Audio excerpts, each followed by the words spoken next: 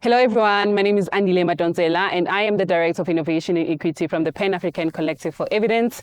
And I'm not by myself, I'm here with... Hi, everybody. I'm Lutfiyya Dean, and I am a gender researcher under the Directorate of Innovation and Equity.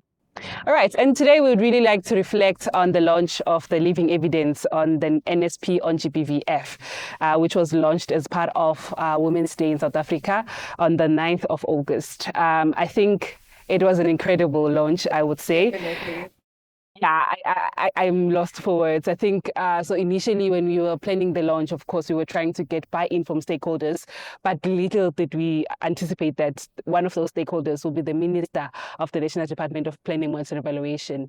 That was a big deal. I think that is one of the highlights of our careers, both of our careers. Definitely. We've been warned that it's a very early success and it's a once in a lifetime thing.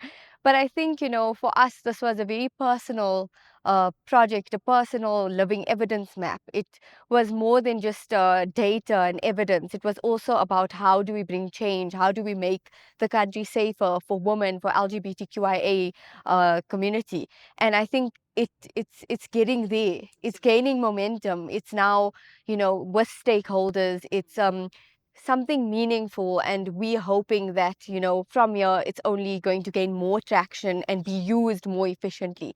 So this launch was the start of hopefully a longer journey, and a lot was put in. It came with a lot of support from key partners, and in the reflection videos, if you actually look at them and follow the launch campaign, it was very emotional for all stakeholders, from government to civil society to private sector.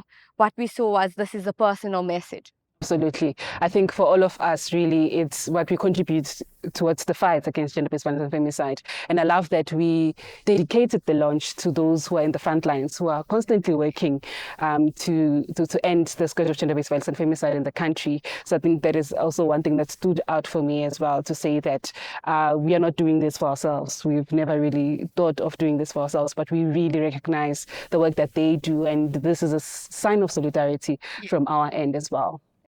No, definitely. And I think, what a sign of solidarity was that one of the stakeholders that actually presented in the launch, CSVR, invited us to the third Southern GBV Forum.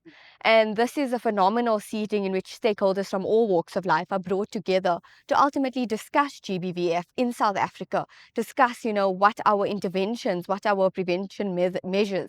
And the map was a key discussion in those 3 days. And the engagement, I mean, we had stakeholders actually sitting around a desktop and actually engaging with the map, trying to see how can we take this back and use it in our projects, our programs, our policies.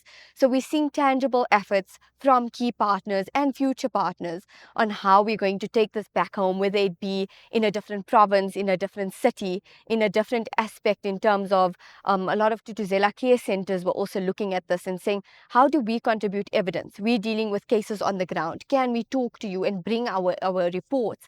And I think that's something you worked on a lot, Andile, about broadening the scope about what counts as evidence. And we're seeing that become a reality. It's manifesting in real time.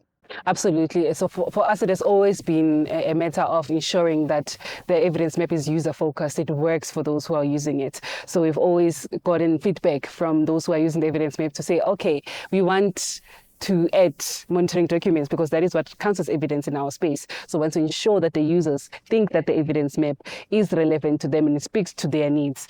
So we've constantly had to adjust the scope of the evidence map to really speak to the needs of the user. So we really love hearing from users what else we can do to improve it because they are at the center of the work that we do.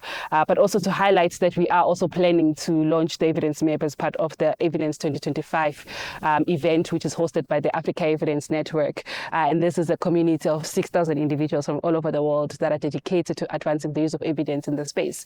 And I think it's always nice when you have space to interact with colleagues that are doing similar work so that they're able to strengthen the work that we do, really. I'm pretty sure this is also something that came across when you were presenting the work because there are questions, the ways in which they're interested in the work really speaks to the value of the work that we do.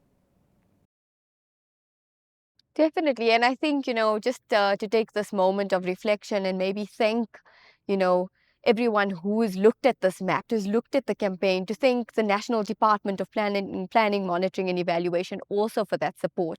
And it's only onwards and upwards from here, because the fight to end GBVF is not something that's a one-time thing. It's a process, and this map continues to build onto that. Hence, it's updated annually. And as mentioned, we are also broadening the scope of how we update it through partner contact searches, etc. So it's definitely an ongoing process, and we value the support, and we hope that this can only continue. Yeah, just thinking of the future. So it is a living evidence map. Zafir calls it living and breathing. Living in a sense that it's updated yearly, breathing in a sense that you can interact with it using ChatEIDM, right?